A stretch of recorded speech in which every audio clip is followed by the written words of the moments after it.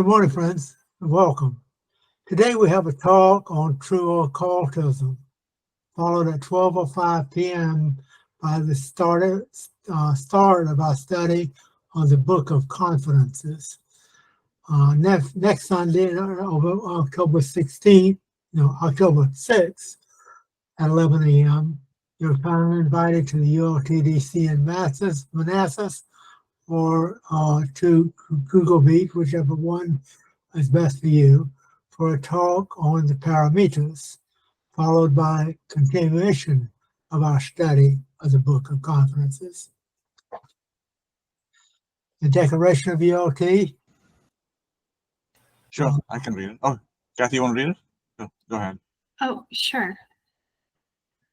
The policy of this lodge is independent devotion to the cause of theosophy without professing attachment to any theosophical organization. It is loyal to the great founders of the theosophical movement, but does not concern itself with dissensions or differences of individual opinion. The work it has on hand and the end it keeps in view are too absorbing and too lofty to leave it the time or inclination to take part in side issues. That work and that end is the dissemination of the fundamental principles of the philosophy of theosophy and the exemplification and practice of those principles through a truer realization of the self, a profounder conviction of universal brotherhood. It holds that the unassailable basis for union among theosophists, wherever and however situated, is similarity of aim, purpose, and teaching, and therefore has neither constitution, bylaws, nor officers, the sole bond between its associates being that basis, and it aims to disseminate this idea among theosophists in the furtherance of unity. It regards as theosophists all who are engaged in the true service of humanity, without distinction of race, creed, sex, condition, or organization, and it welcomes to its association all those who are in accord with its declared purposes and who desire to fit themselves by study and otherwise to be the better able to help and teach others. The true theosophist belongs to no cult or sect, yet belongs to each and all. Thank you. Can we touch on the three fundamentals? Good morning. Hi. How you doing? We just got Morning. started. We just read the Declaration, and now we're going to touch on the three fundamentals. And can you do that? Yeah. Cyrus? Yeah. The secret doctrine establishes three fundamental propositions. The first fundamental statement of secret doctrine is metaphysical, one absolute. It describes it as an omnipresent, eternal, boundless, and immutable principle on which all speculation is impossible. And that's because it transcends the power of human thought and perception. It is also called unthinkable and unspeakable in the words of Mandukia, and is therefore called beingness rather than being, and is beyond all thought or speculation. It is also reflected at the highest point in the Trimurti or the higher triad, the impersonal, universal spirit, one with the self of all. It embraces both being and non-being, the one reality, the absolute, and the one witness. The second fundamental assertion of the secret doctrine is the absolute universality of the law of periodicity, of flux and reflux, ebb and flow. In any alternation such as that of day or night, life and death, sleeping and waking, is a good representation of the second fundamental. The third fundamental proposition of the secret doctrine asserts identity of all souls with the universal oversoul. It describes the obligatory pilgrimage for every soul through the cycle of incarnation in accordance with cyclic and karmic law. In order for every divine soul to acquire an independent or conscious existence, it has to have A, passed through every elemental form of the phenomenal world of that Manvantara, and B, acquired individuality or consciousness, first by natural impulse, and then by self-induced and self-devised efforts, as always checked by its karma, thus ascending through all degrees of intelligence, from the lowest to the highest manas, from mineral and plant up to the holy archangel, also referred to as Dhyani Buddhas.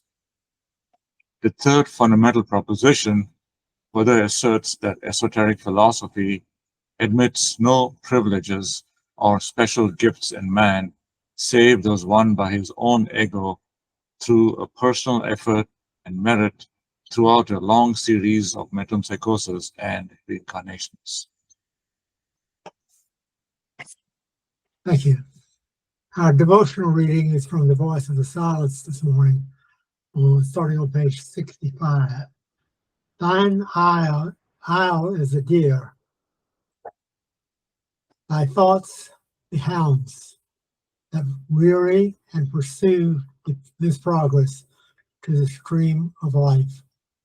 Woe to the deer that is overtaken by the barking fiends before he reach the vale of refuge, Diane and Margot, the path of pure knowledge, named. Here thou canst settle in Diane and Margot, and call it thine. Thy soul has to become as ripe as a mango fruit, as soft and sweet as its bright golden pulp for others' wolves, as hard as that fruit stone, as thine own throes and sorrows, O Cobra of weal and woe. Make hard thy soul against the snares of self.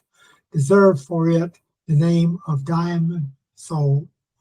For as the diamond buried deep within the throbbing heart of earth can never mirror back the earthly lights, so the mind and soul plunge in Diane and Margot. These must be mirror, not a Maya's realm elusive. When thou hast reached that state, the portals that thou hast to conquer on the path flung open wide, their gates to let there be passed, and nature's strongest mights possess no power to stay thy course. Thou wilt be master of the sevenfold path, but not till then, O candidate, for trials passing speech. Till then, a task far harder still awaits thee. Thou hast to feel thyself all thought, and yet exile all thoughts from out thy soul. Thou hast to reach that fixity of the mind, in which no breeze, however strong, can west as an earthly thought therein. Thus purified, the shrine must of all actions sound or earthly sight be void. Even as the butterfly overtaken by the frost falls lifeless at the threshold, so must all earthly thoughts fall dead before the face. And now for today's talk on True Occultism. Welcome, friends. I'm gonna share my screen. Not yet. Okay. There it comes. Uh-oh, do we have the infinite mirror? Yes. All right, are you seeing it now? Yes, I can see it now. Yeah. Okay, great. Sorry about that. So today's talk is on true occultism. We were once conscious of our spiritual nature, but as we came down through the planes of matter to this plane, we made a growth in intellectuality at the expense of spiritual perception. With our intellect, we always reason from premises to conclusions, whereas the spiritual nature has the power of direct cognition of the nature of anything regarded. So our intellectual gain was at the loss of spiritual insight. And it's useless for theology, science, and psychology to proceed from the personal and physical perceptions in order to get back to an understanding of what man really is. If we are going to realize our own natures, fully understand who we really are, and reassume our spiritual divine birthright, we must begin at the highest point of our nature, by assuming that. It is by holding to the power of that assumption that we begin to see light by the very affirmation of the spiritual nature. The master in the sanctuary of our souls is the higher self, the divine spirit. But the consciousness we experience during our mortal life is based upon and derived solely from the mind in whom it is captive. This is the human soul, and it is in our power to light up the mind by striving to unite it with the spiritual soul while in a body. And this is no easy task, but as we gain spiritual insight, gradually we elevate the mind and open up vistas within, eventually clearing away the personal and the mortal, until ultimately we are fully united with that divine spirit. Human beings in general are like so many keys on the piano, each having its own sound, and the combination of which produces other sounds in endless variety. Like inanimate nature, they have a keynote from which all the varieties of character and constitution proceed by endless changes. Remember what was said in Isis Unveiled in Volume 1, page 16. The universe is the combination of 1,000 elements, and yet the expression of a single spirit. A chaos to the sense, a cosmos to the reason. But does this explain the difference between the adept and ordinary people? To some extent, yes. The difference is that an adept may be compared to that one key which contains all the other keys in the great harmony of nature.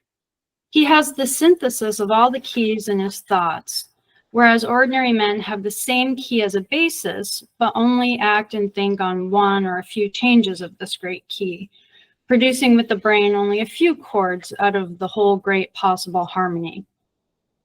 The adept who has achieved this wisdom understands the difference between all the different aspects of nature and between what is termed the occult arts and true occultism. To explain what are some of these occult powers and to show what man in possession of wisdom is capable of, we will touch briefly on the occult powers of precipitation, disintegration and reintegration, condensation, and then telepathy, and then what is true occultism. The word precipitation means to throw upon or within. This term is used in chemistry to describe the fact of a substance held or suspended in a fluid being made to disengage itself from the intimate union with the fluid and to fall upon the bottom of the receptacle in which it is held.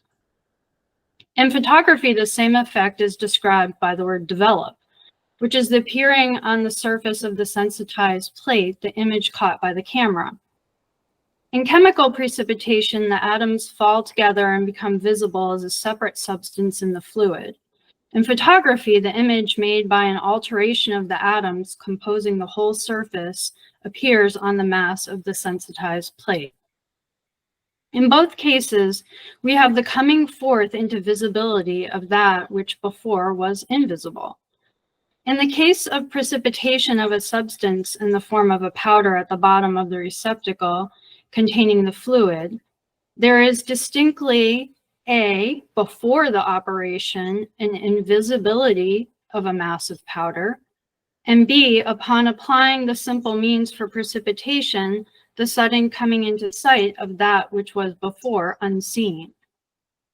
The ancients and all the occultists of the past and present have always asserted that all metals, substances, pigments, and materials exist in the air or ether held in suspension, and this has been admitted by modern science.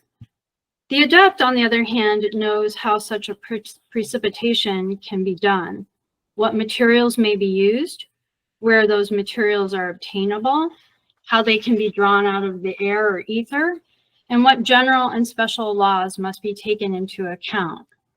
For the ways, means, methods, conditions, and results of precipitation are as varied and numerous as any other operation of nature.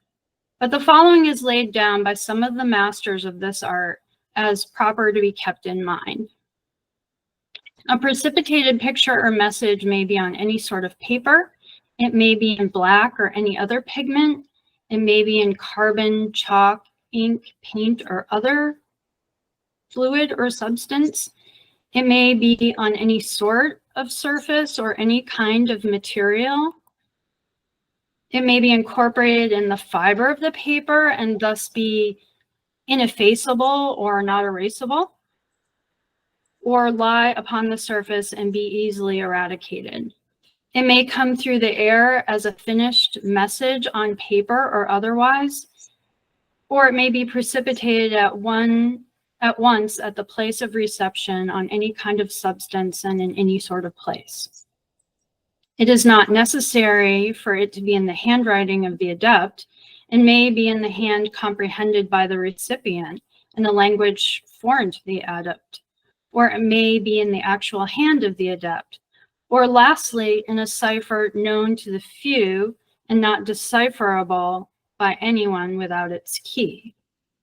As a matter of fact, the majority of the messages precipitated or sent by the adepts in the history of the Theosophical Society have been in certain forms of English writing, not the usual writing of the adepts, but adopted for use in the Theosophical movement because of a foreknowledge that the principal language of that movement would for some time be in English. There are many articles too one can look up about this history in the Theosophical movement and letters that were precipitated. But how then is precipitation done, and what is the process? This question brings up the whole of the philosophy offered in the Secret Doctrine. For if the postulate of the metaphysical character of the cosmos is denied, if the supreme power of the disciplined mind is not admitted, if the actual existence of an inner and real world is negated, if the necessity and power of the image-making faculty are disallowed, then such precipitation is an impossibility.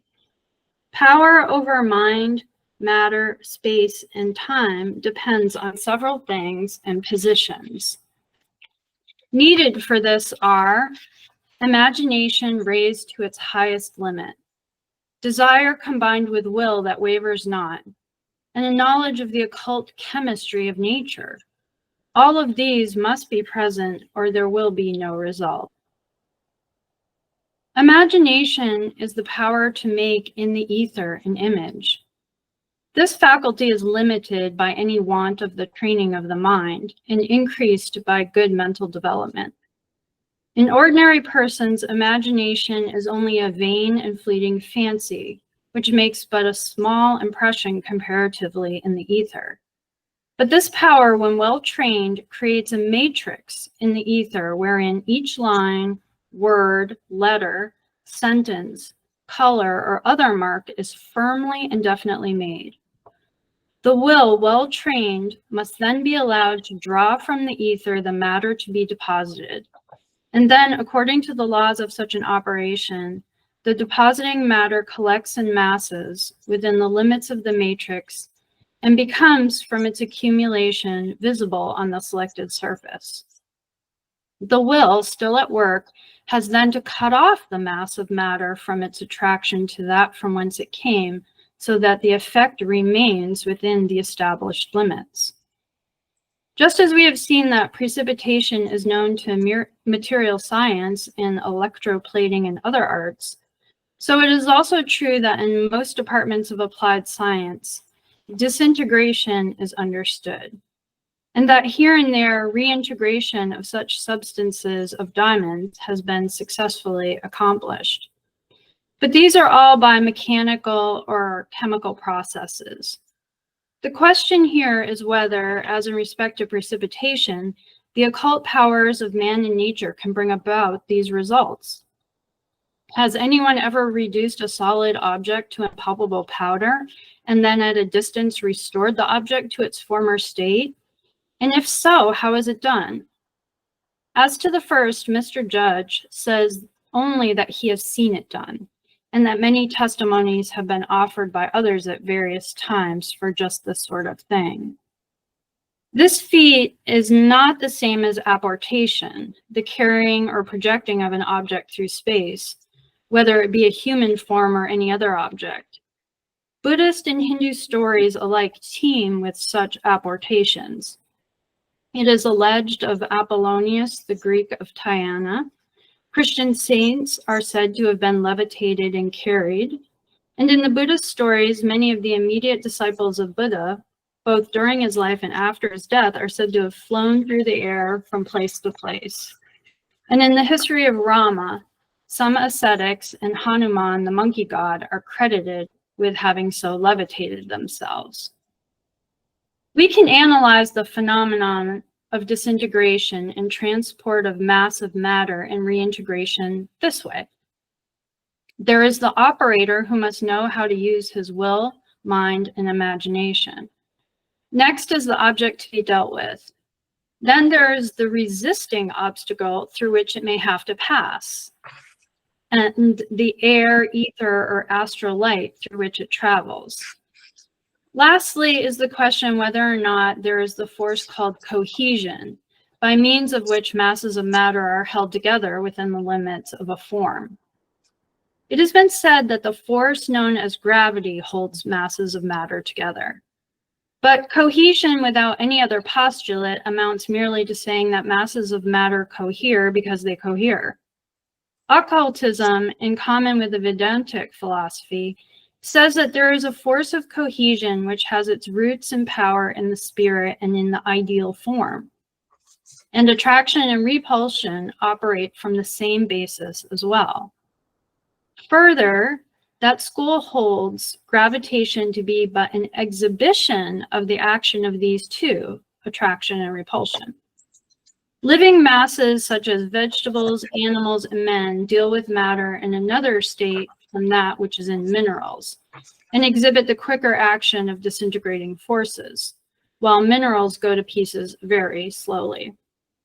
Both kinds are compelled in time to fall apart as masses in consequence of the action of evolutionary law when they are left altogether to themselves. That is, the whole quantity of matter of and belonging to the globe is continually subject to the hidden forces which are molding it for higher uses and turning it, however slowly, into a higher class of matter. So the normal rate is what we see, the normal rate of disintegration, that is. But this normal rate may be altered, and that it can be altered by intelligent mind and will is the fact. This alteration of rate is seen in the forcing processes used for plants by which they are made to grow much faster than is usual under common conditions. In the same way, masses of matter, which will surely go to pieces in the course of time, long or short, the molecules may be pushed apart before their time and held so by the trained will. That is, the force of repulsion can be opposed to natural attraction so as to drive the molecules apart and hold them thus away from each other. When the repulsion is slackened, the molecules rush together again to assume their former appearance. In this case, the shape is not altered. The largely diffused body of molecules retains its shape, though invisible to the eye, and upon appearing to sight again, it condenses itself into the smaller original limits, thus becoming dense enough to once more be seen and touched. When a small object is thus disintegrated by occult means, it can be passed through other objects. Or if it is to be transported without disintegration, then any dense intervening obstacles are disintegrated for a sufficient space to allow it to pass through. The mind, the will, and imagination do not reconstruct the disintegrated object, for as soon as the dispersing force is slackened from its hold on the mass of the molecules, the imagination having held the image of the object, the atoms obediently and automatically rearrange themselves as before. For condensation, nature exhibits to our eyes the power of drawing into one place with fixed limits any amount of material so as to produce the smallest natural object or the very largest. Out of the air and ether, nature takes what is already there, and by compressing it into the limits of a form, such as a tree or an animal form, makes it visible to our material eyes. This is the power of condensing into what may be known as the ideal limits. This is the power of, man has this same power and can, when he knows the laws and the proper centers of force in himself, do precisely what nature does. He can thus make visible and material what was before ideal and invisible by filling the ideal form with the matter condensed from the air. In his case, the only difference from nature is that he does quickly what she brings about slowly. Telepathy. Another power we possess but have forgotten how to use it properly is that of telepathy. Among the birds and beasts, however, telepathy is instinctually performed.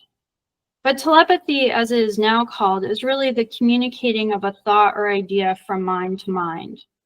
This is a natural power, and being well understood, may be used by one mind to convey to another any idea or thought, no matter how far away or what may be the intervening obstacle.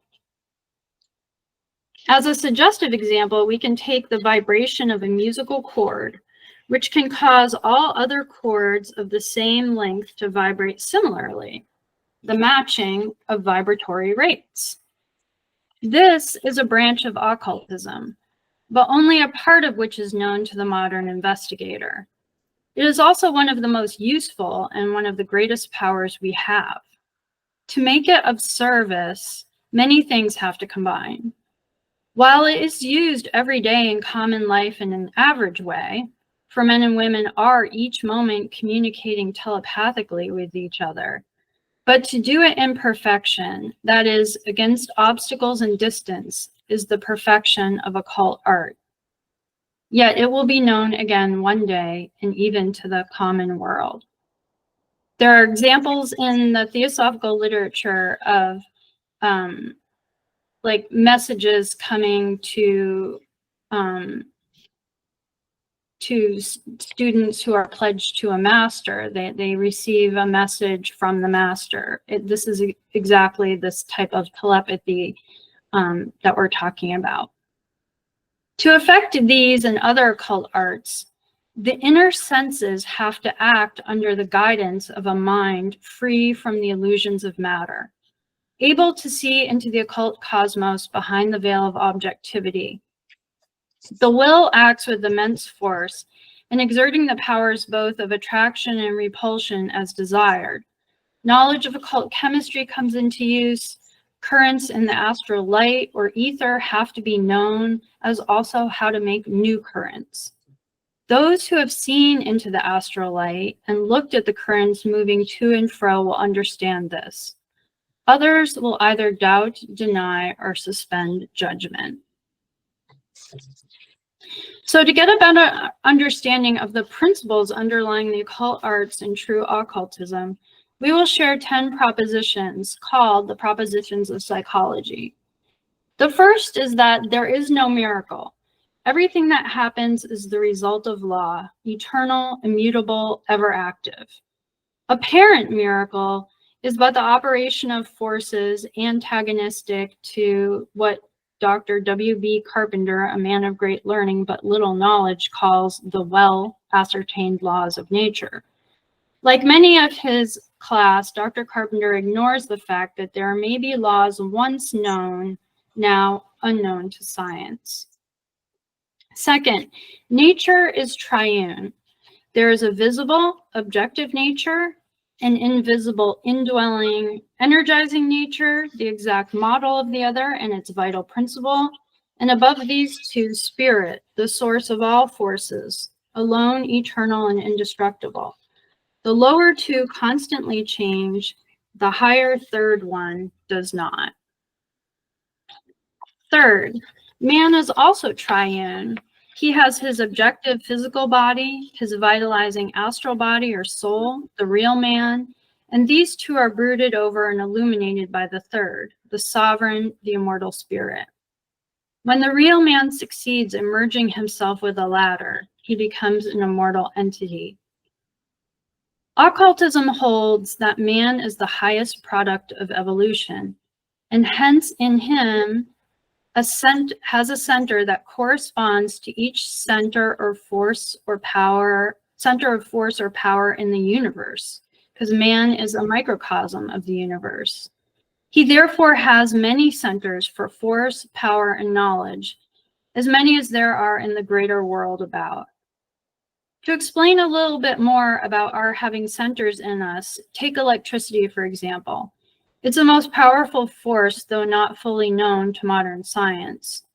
The nervous, physical, and mental systems of man acting together are able to produce this same force exactly, electricity, and in a finer as well as subtler way, and to as great a degree as the most powerful dynamo, so that the force might be used to alter, to move, or otherwise change any object or condition.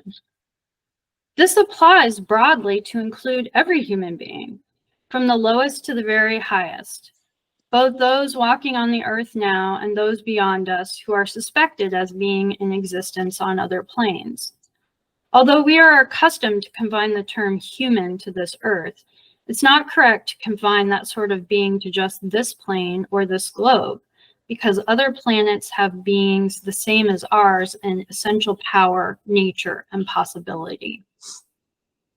Fourth, magic as a science is the knowledge of these principles and of the way by which the omniscience and omnipotence of the spirit and its control over nature's forces may be acquired by the individual while still in the body. Magic as an art is the application of this knowledge and practice.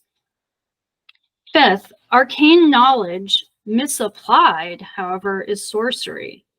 Beneficently used, true magic or wisdom. Occultism is colorless, and only when used by man for the one side or the other is it good or bad. Bad occultism, or that which is used for selfish ends, is not false, for it's the same as that which is for good ends. Nature is two-sided, negative and positive, good and bad, light and dark, hot and cold, spirit and matter. The black magician is as powerful in the matter of phenomena as the white, but in the end, all the trend of nature will go to destroy the dark magician and save the white. But what you should understand is that the false man and the true can both be occultists and have knowledge of the occult arts. By their fruits ye shall know them. Do men gather grapes of thorns or figs of thistles? Occultism is the general all-inclusive term. The differentiating terms are white and black. The same forces are used by both, and similar laws, for there are no special laws in this universe for any special set of workers in nature's secrets. But the path of the untruthful and the wicked, while seemingly easy at first, is hard at last. For the black workers are the friends of no one. They are each against each other as soon as interest demands, and that may be at any time. It is said that final annihilation of the personal soul awaits those who deal in the destructive side of nature's hall of experience. So where should one look for the help needed in living the life and in right study? Within yourself is the light that lighteth every man who cometh here. The light of the higher self and that of the Mahatma are not different from each other. Unless you find and become the higher self consciously, how can you understand nature? To return to the propositions, the sixth is mediumship is the opposite of adeptship. The medium is the passive instrument of foreign influences. The adept actively controls himself and all other inferior potencies. This means animal potencies, plant, mineral, and elemental. So the opposite of adept is not a dark magician. It's a medium, and a medium is someone who's like subject to forces without being able to control them. They're passive. They lack all control. The seventh is that all things that ever were, that are, or that will be, having their record upon the astral light or tablet of the unseen universe, the initiated adept, by using the vision of his own spirit, can know all that has been known or can be known. Eighth, races of men differ in spiritual gifts, as in color, stature, or any other external quality. Among some peoples, seership naturally prevails, among others, mediumship. Some are addicted to sorcery and transmit its secret rules of practice from generation to generation, with a range of psychical phenomena more or less wide as the result. Ninth, one phase of magical skill is the voluntary and conscious withdrawal of the inner man, the astral form, from the outer man, the physical body. In the cases of some mediums, withdrawal occurs, but it is unconscious and involuntary. With the latter, the body is more or less cataleptic at such times. But with the adept, the absence of the astral form would not be noticed, for the physical senses are alert and the individual appears only as though in a fit of abstraction. To the movements of the wandering astral form, neither time nor space offers obstacles.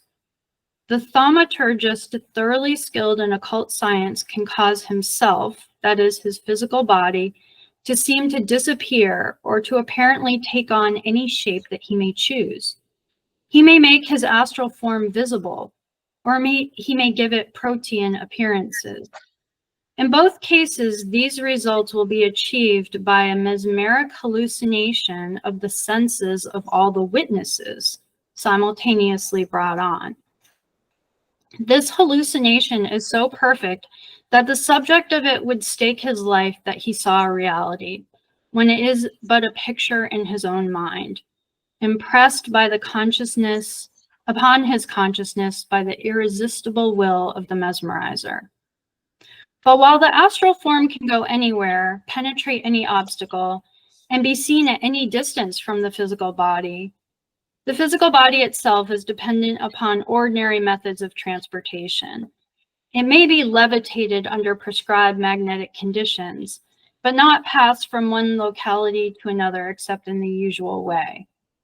Inert matter may, in certain cases and under certain conditions, be disintegrated, pass through walls, and recombined, but living animal organisms cannot.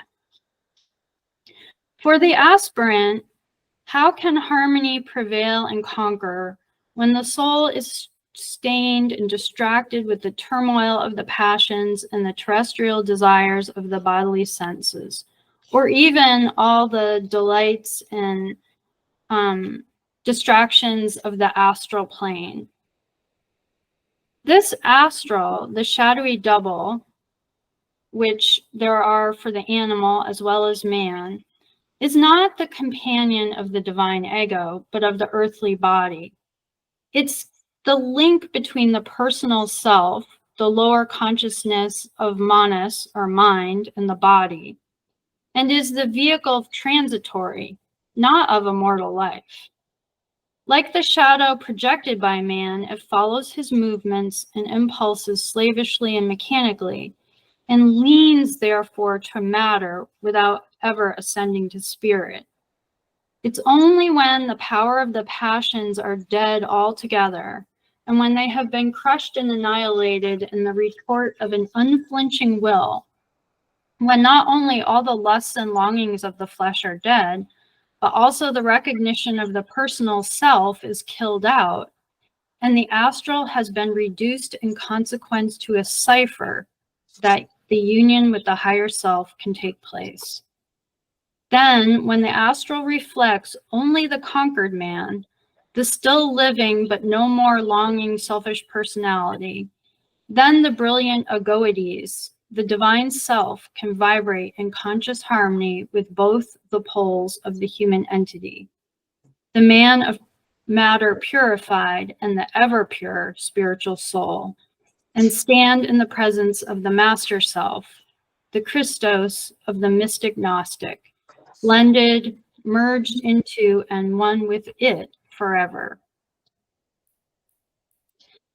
The last proposition of psychology, the 10th, states that the cornerstone of magic is an intimate, practical knowledge of magnetism and electricity, their qualities, correlations, and potencies. Especially necessary is a familiarity with their effects in and upon the animal kingdom and man. There are occult properties in many minerals, equally strange with that in the lodestone, which all practitioners of magic must know, and of which so-called exact science is wholly ignorant.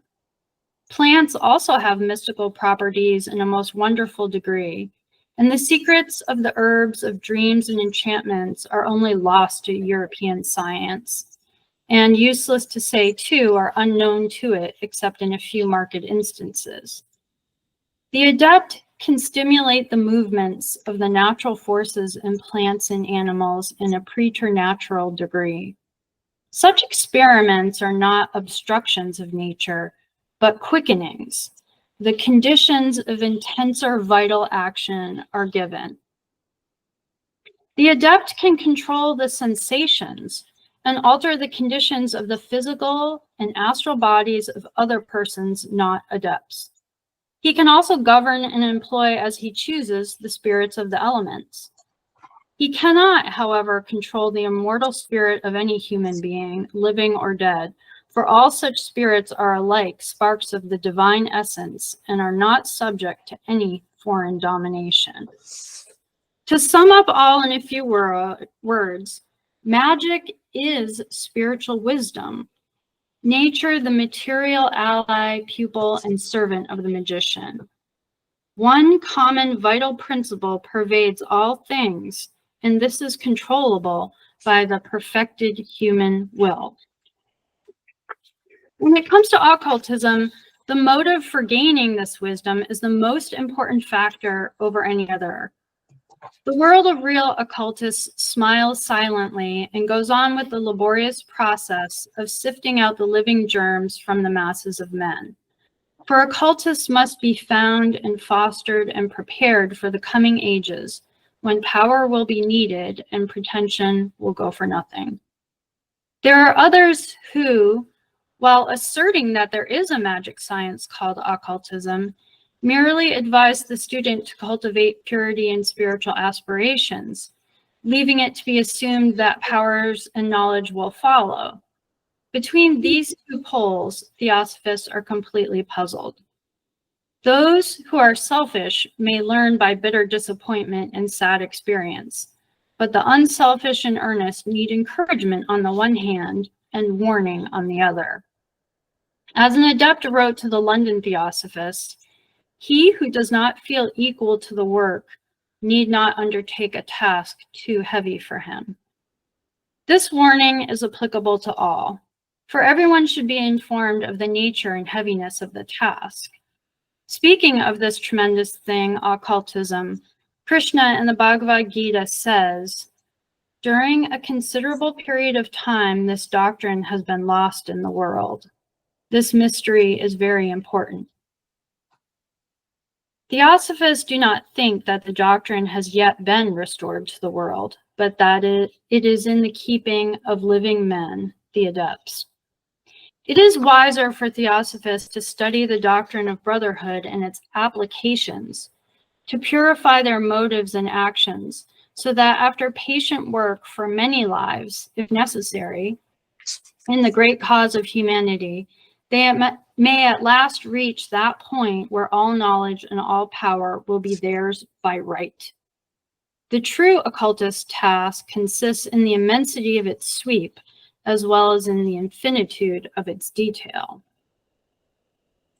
Mere sweet and delightful longing after God will not of itself accomplish it, nor is progress found in aspiring to self-knowledge, even when as a result of that self-knowledge is found partial illumination. These are all excellent, but we are talking of a secret science which yields to nothing but force, and that force must be directed by knowledge. The kingdom of heaven must be taken by force, by the force of one who has the power and strength and knowledge to use it for the sake of all. The aspirant has to choose absolutely between the life of the world and the life of occultism. It is useless and vain to endeavor to unite the two, for no one can serve two masters and satisfy both. No one can serve his body and the higher soul and do his family duty and universal duty without depriving either one or the other of its rights. For he will either lend his ear to the still small voice and fail to hear the cries of his little ones, or he will listen to the wants of the latter and remain deaf to the voice of humanity. It would be a ceaseless, a maddening struggle for almost any married man who would pursue true practical occultism instead of its theoretical philosophy, for he would find himself ever hesitating between the voice of the impersonal divine love of humanity and that of the personal terrestrial loves for his family and friends. And this could only lead him to fail in one or the other, or perhaps in both of his duties. Sensual or even mental self-gratification involves the immediate loss of the powers of spiritual discernment. The voice of the master can no longer be distinguished from that of one's passions, or even that of a sorcerer Dugpa, the right from wrong. The Dead Sea fruit assumes the most glorious mystic appearance, only to turn to ashes on the lips and gall in the heart.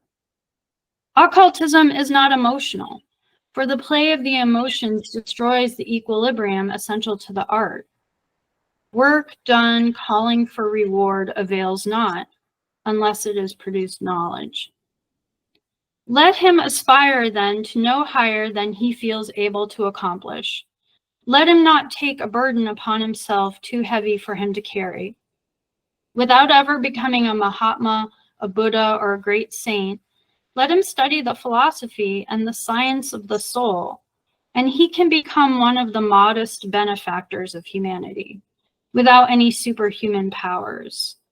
These powers, called siddhis, or the arhat powers, are only for those who are able to lead the life, to comply with the terrible sacrifices required for such training, and to comply with them to the very letter.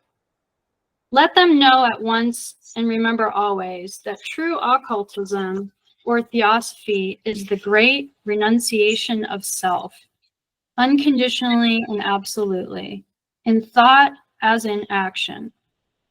It is altruism, and it throws him who practices it out of calculation of the ranks of the living altogether, not for himself, but for the world he lives, as soon as he has pledged himself to the work.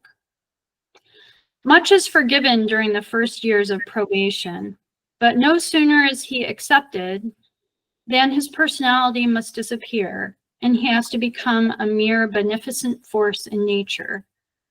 There are two poles for him after that, two paths, and no midward place of rest.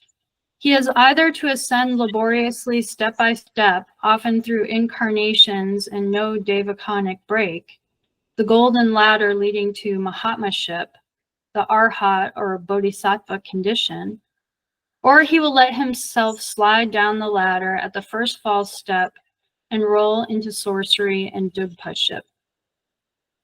There is a chance for us if we understand our own natures. Then let us resolve one great thing. Resolve to know. Resolve to think right and do right.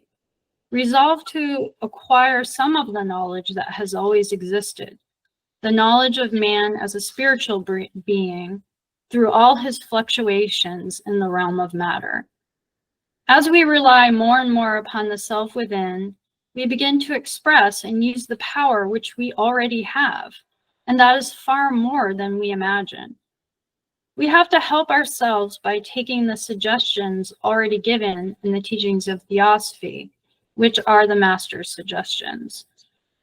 And then, As the sustaining power of the will is held along the line in which we desire to do, more direct help comes from those elder brothers, who at every hour of each day are willing and anxious to meet those clear-eyed enough to see their true destiny, and noble-hearted enough to work for the great orphan humanity. It must be remembered that the society was not founded as a nursery for forcing a supply of occultists, as a factory for the manufacture of adepts.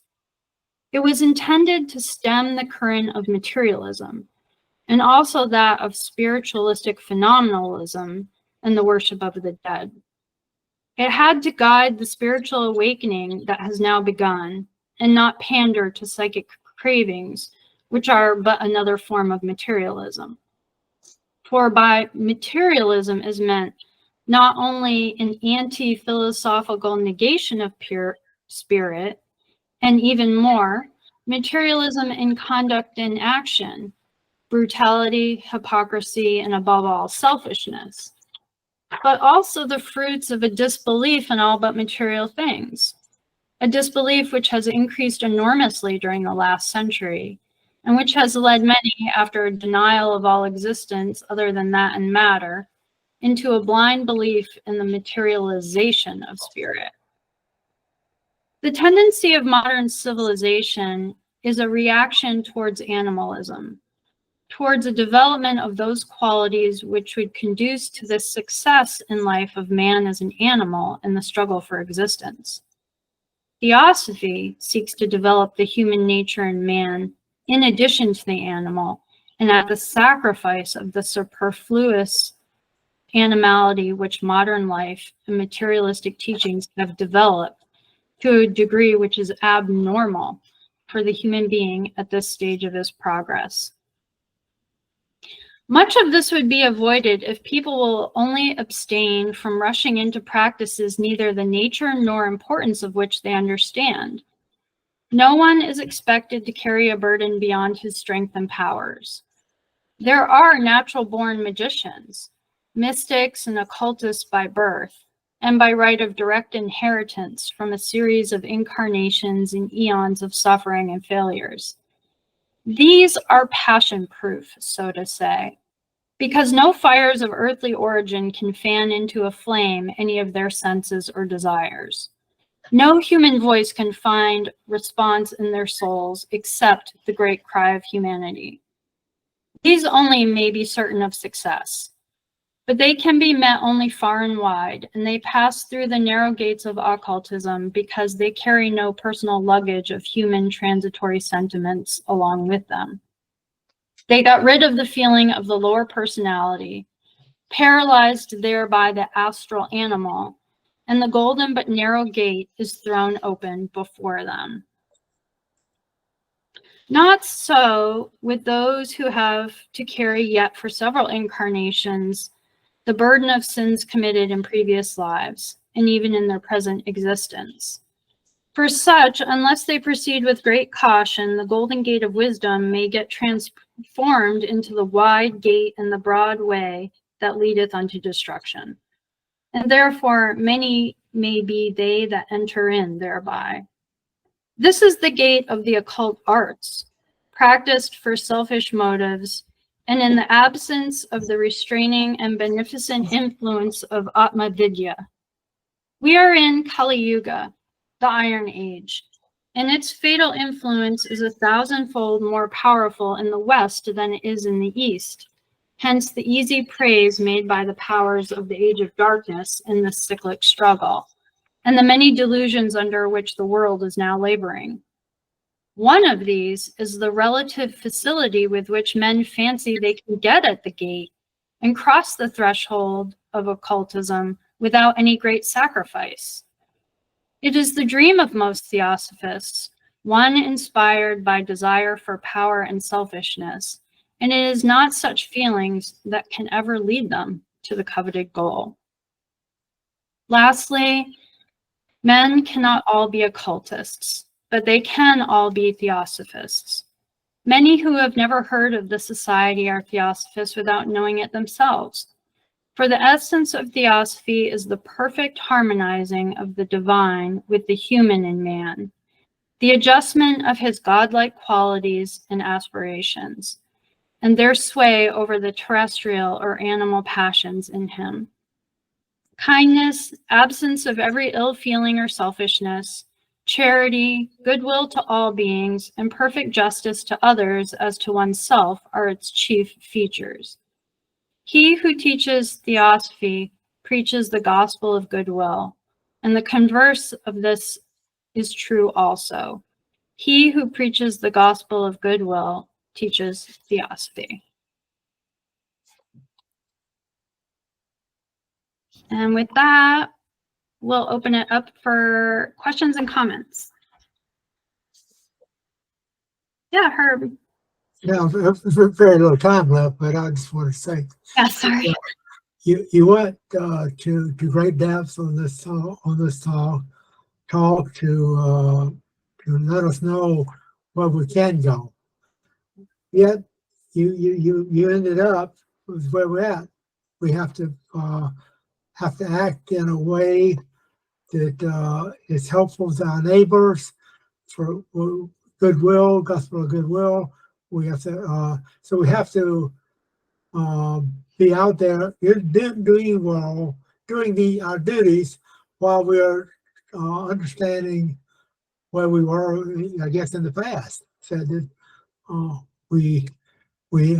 it's amazing. I thought about the 1950s when we had these shows and all those things that it sounded like just out of this world. Well, for us to be an adept, seems out of this world too.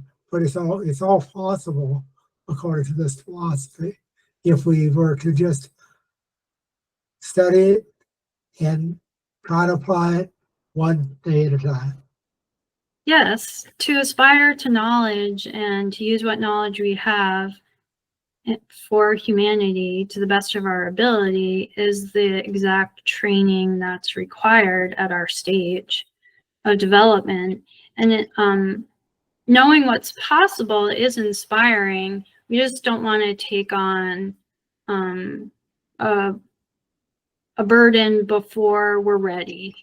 Well, we wouldn't expect a kindergartner to take on calculus or theoretical physics because they're not ready. And, you know, to do so means one might be crushed under the weight of the forces that are part of our nature and part of the cosmos, because we have those centers of force within us. So we have to learn how to activate them when we're ready and we have knowledge and we're not swayed by our passions. We have to conquer those before we can expect to use these powers beneficently, because, you know, it said there'll be temptations and, you know, the passions and the emotions can be very, very strong.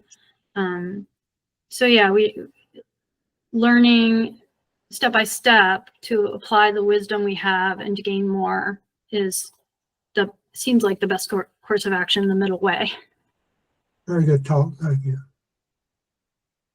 Yes. So my question is that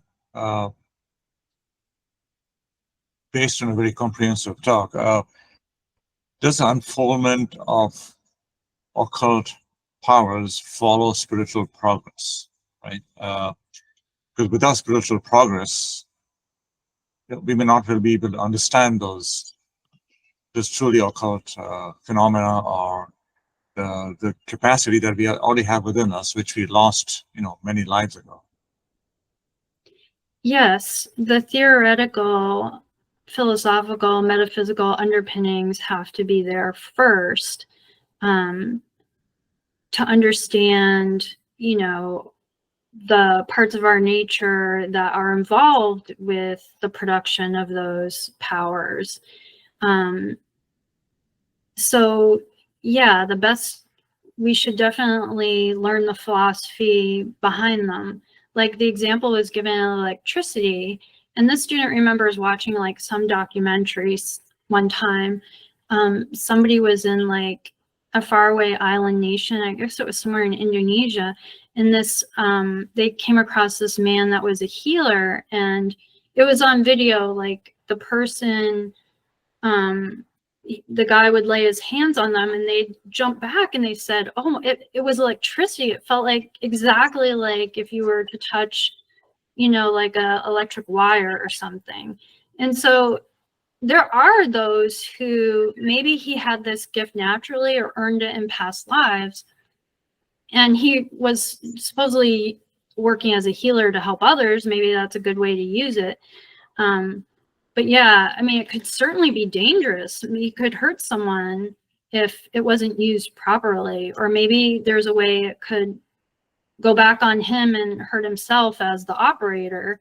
So while the majority of humankind doesn't have these powers, there are like stories and instances we can find through the literature and outside the theosophical arena of glimpses of these powers. But really having the metaphysical and the altruistic mind behind the use of power is the most important thing, because even, you know, just from day to day, our emotions can sway us all the time, and in a flash we can, you know, do something we regret. But how much more dangerous could it be if someone had some of these, you know, occult powers? And that's why the difference between occultism and occult powers is exactly that, the metaphysical and altruistic mind that is the foundation. I think there's examples in the past of Atlanteans, right, who misused their occult powers. That's a great example. That's how we lose them. You misuse it and you lose that those powers. But I think your final slide really sums up the first step you need to take towards really, you know, being able to gain true occult knowledge. Yeah, it said the perfect harmonizing of the divine with the human in man, the adjustment of his godlike qualities and aspirations and their sway over the terrestrial parts of him. And, you know, it listed kindness, charity, goodwill, all those things. And it sounds maybe, I don't know, like obvious to talk about it, but it can't be overstated because we're so easily, you know, swayed by our passions still. We really need to work on, you know, setting an intention and then, you know, following through, even in small ways. Like the precipitation involved forming an idea, and then sort of the example said filling the ideal limits of that. Are we thinking on the ideal plane, the noumena, the cause? Or are we still like dealing on the plane of effects, you know, reacting to everything that happens to us? So that could be a beginning place in meditation, or focusing on you know, something from one of the devotional books, or a yantra, like the idea of the ideal, and then how to enact that ideal here. There are little ways we can sort of enact some of those things before we have the power to sort of mimic nature's processes.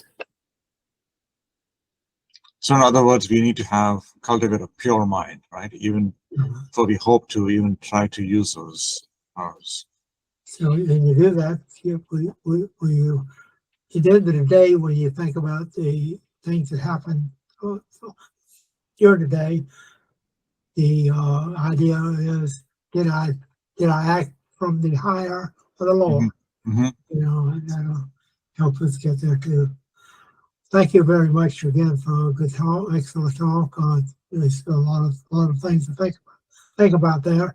Maybe we should take a break now and Yeah. and just get started on our book of images and confidences in 10 minutes.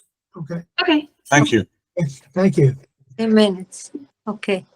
Everyone, I have to log off now, but in a shocking turn of events, I was awake at 11 a.m. on a Sunday, and the talk title looks so interesting. I thought, why not hop on? So, anyways, just want to say, great talk, Kathy. Well, Thank you all so thank you. much. Good to see you Thank all. you for Yeah, seeing, great. You could make it. Good to see you. Yes. Take care. I will. Cheers. Thanks, everyone. Thank you. Bye bye.